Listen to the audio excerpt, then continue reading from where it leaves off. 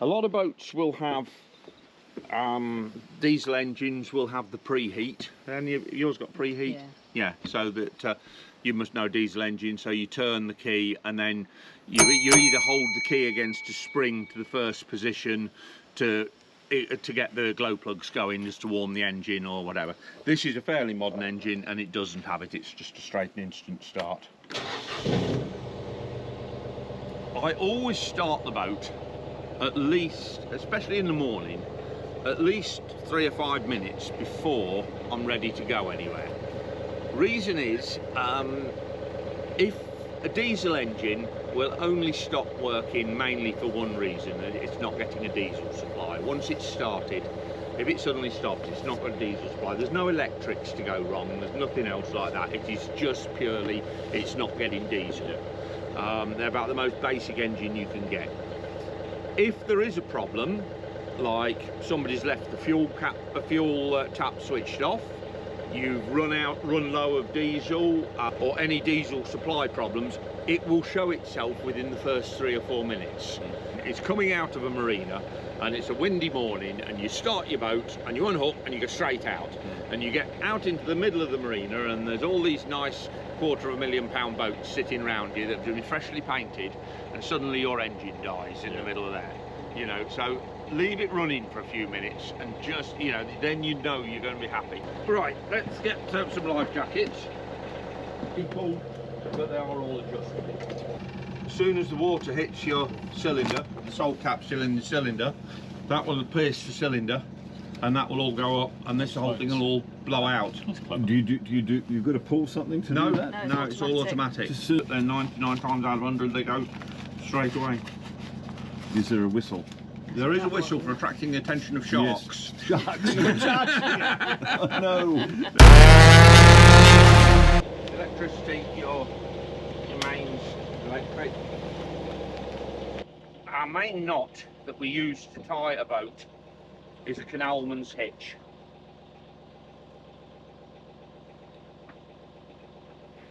We always have a loop in one end of the rope. We drop a loop over the bollard on the back of the boat. We're not going to waste time trying to find the end of that rope to moor, so we just pick up a loop of it anywhere, put the loop through whatever we're mooring up to, or round whatever we're mooring up to. The loop goes back over the dolly on the boat. We've now made ourselves a fulcrum or a little winch, so that we're putting half the power in and we're getting twice the power on the boat to pull the boat in like that. This end, once round, the whole thing underneath all of the ropes, drop it back over the top. That's it, canalman's hitch. If you want to make sure again, just do it once round, under and over. It will never tighten up on the boat, but you can't undo it.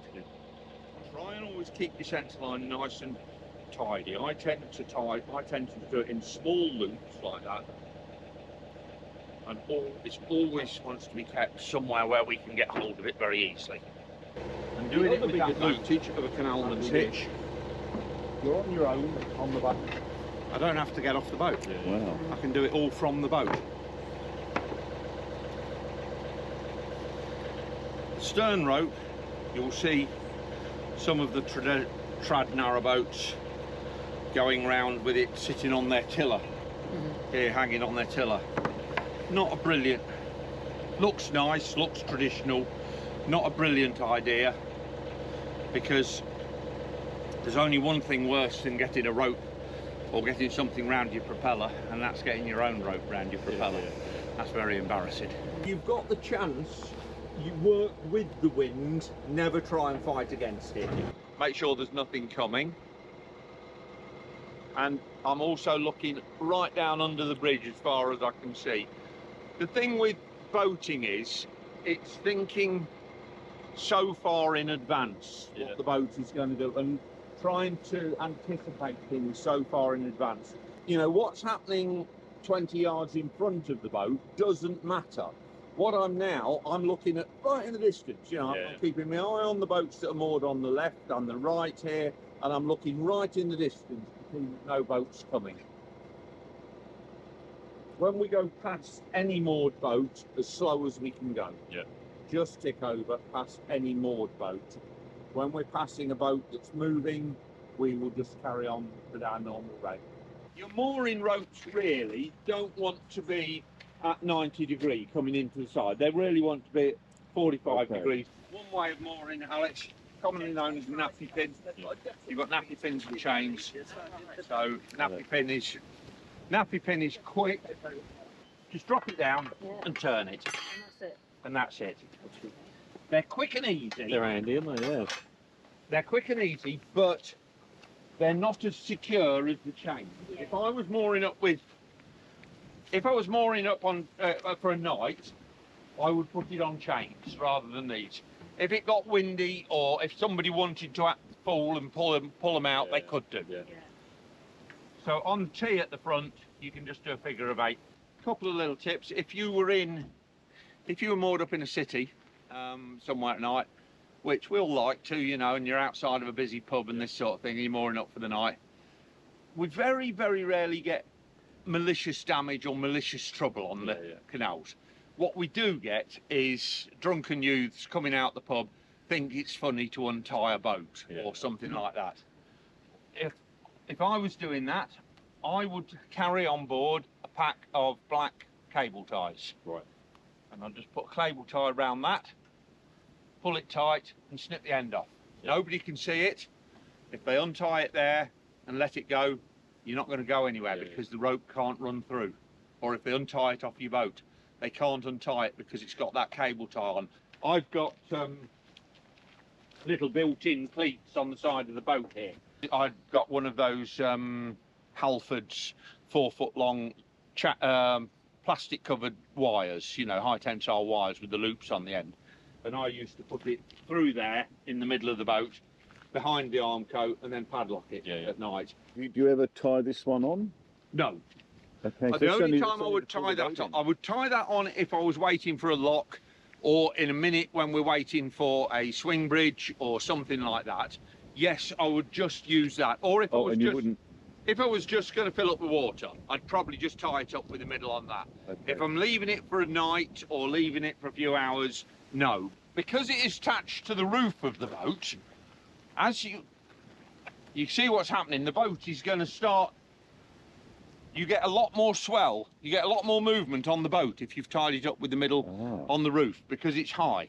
If you just coiled a rope normally, you get all these twists in it. You might find it different, Alex, being left-handed. Just roll the rope towards you with that thumb and finger as you do it. There you go. Nice and neat. Yeah. It's just that rolling action. Very slippery, these cobblestones, aren't they? Yeah, be careful.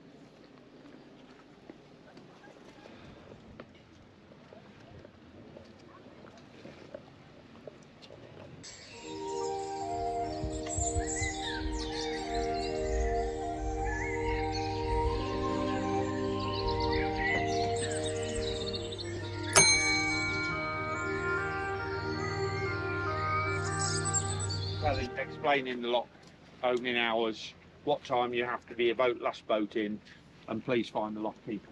Yeah. Find the lock keeper with the book and say, I'm boat Gwendolyn May, can we come up the locks? And he'll say, yeah, I've got 4 coming down, and then I've got 3 at the bottom, and you're behind purple sapphire. You know, so a staircase lock, the lock keepers will do it all for you. Yeah.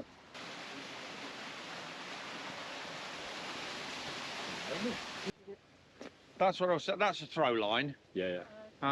So you've got a floating rope in there. So all you do is put your hand through that there, so it's secured to you, and then sort of whack that out, throw that out, and the floating line will go right out across the water, and you've got something that you can pull people back with. Yeah. You know, take up a lot less room on your boat. They're a lot more user friendly. They are the side ponds. that we've got there, all that come all the way up alongside the lock. If you were a boat coming down, you've got, or going up, you've got two sets of paddles here. You've got white and red. Red before white, You're all right. all right. Right. White before red, you wish you were dead.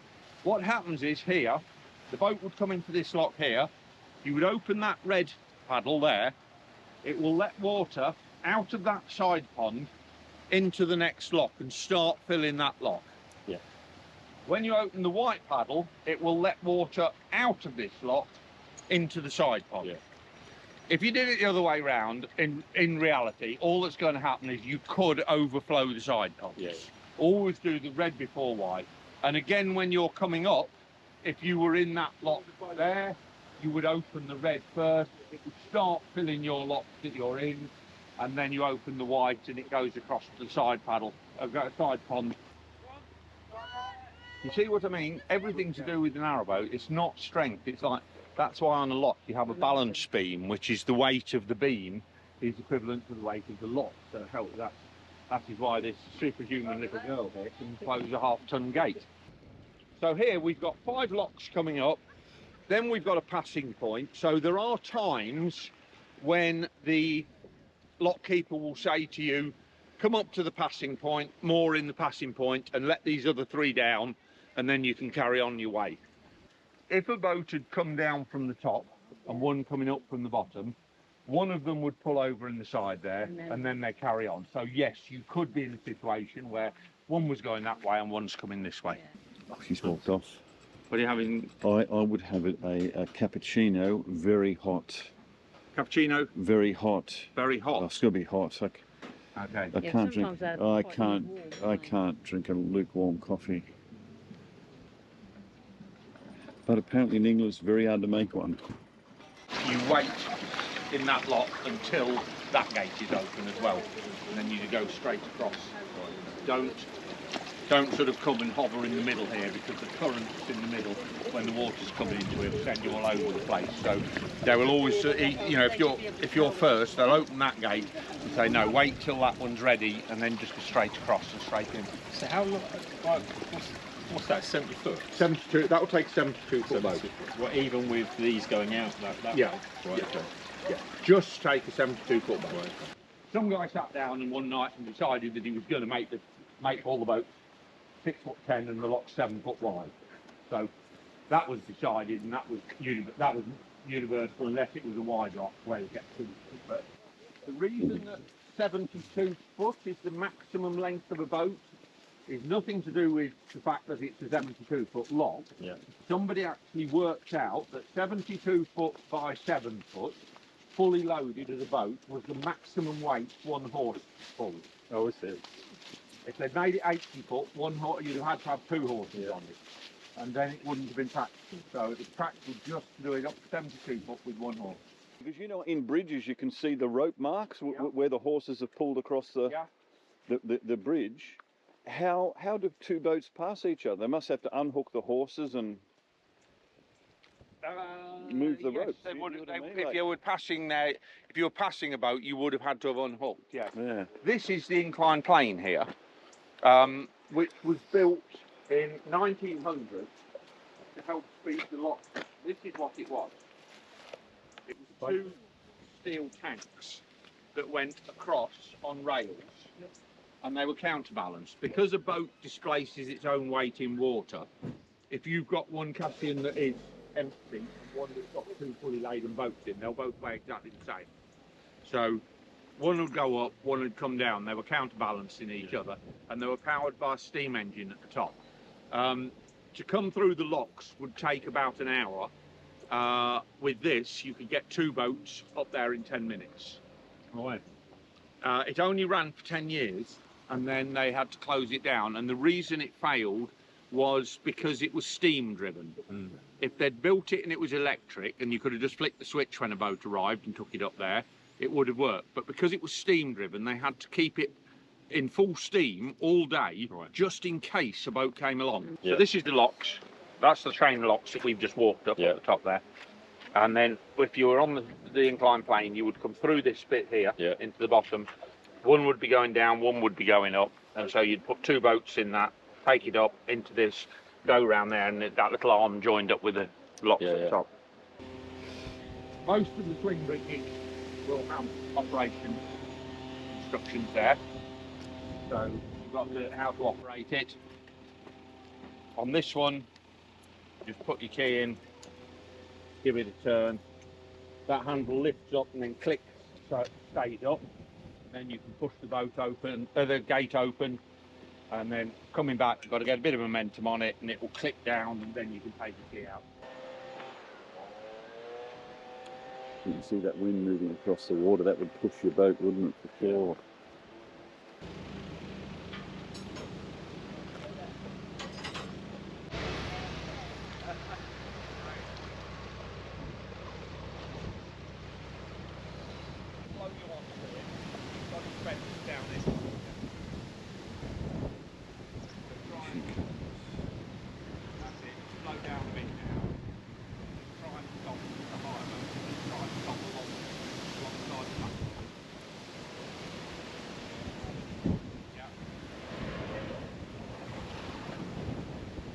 Alongside you. Yeah, sure.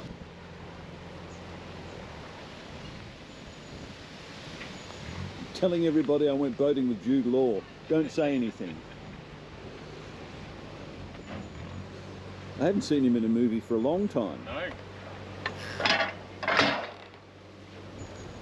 To the right, there is one bollard, which you can just see at the bottom of the bridge, on the water there. You have got to creep up to that as slowly as you can, because you don't want to hit the bridge.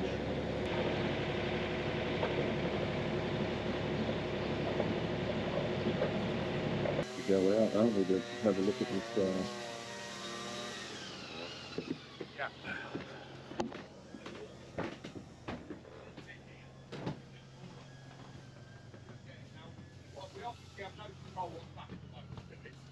isn't it? In the right place here, and then you've got to be ready to come straight through. Yeah. And that's why it's always best to have your, to have your bow rope nicely ready at hand. Who's got the key? Again, we've got all the operating instructions here on how to do it. Yep, all the operating instructions. In and turn. That's lit to said operation is now available. This has got lots of safety features on it, and you can't do the next stage until you've done the first bit. So we need to close the road barriers.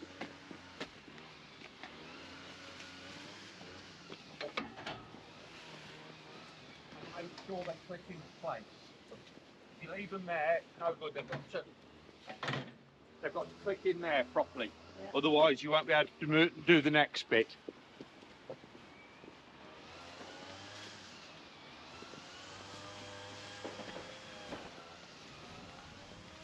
You can see on this whether that clicks up, that will click up. Again, like with heavy lock gates, I don't bend my back to them. I put my small of my back into it and push like this because it takes me back. Yeah.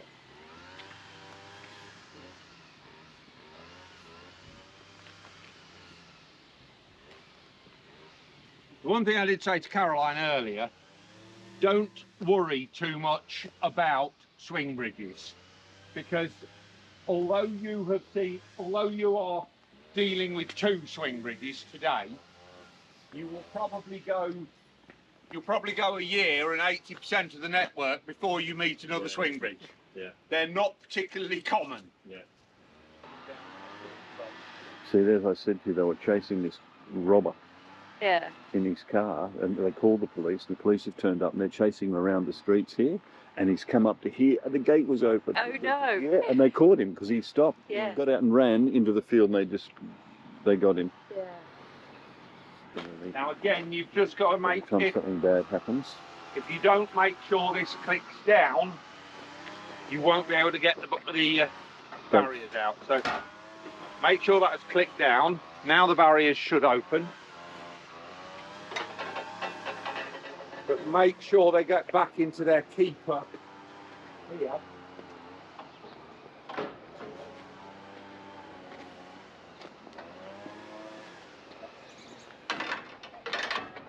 Good job. Back over to your boat. Because you've tied it off, you're not going to lose the back of your boat. You can step onto the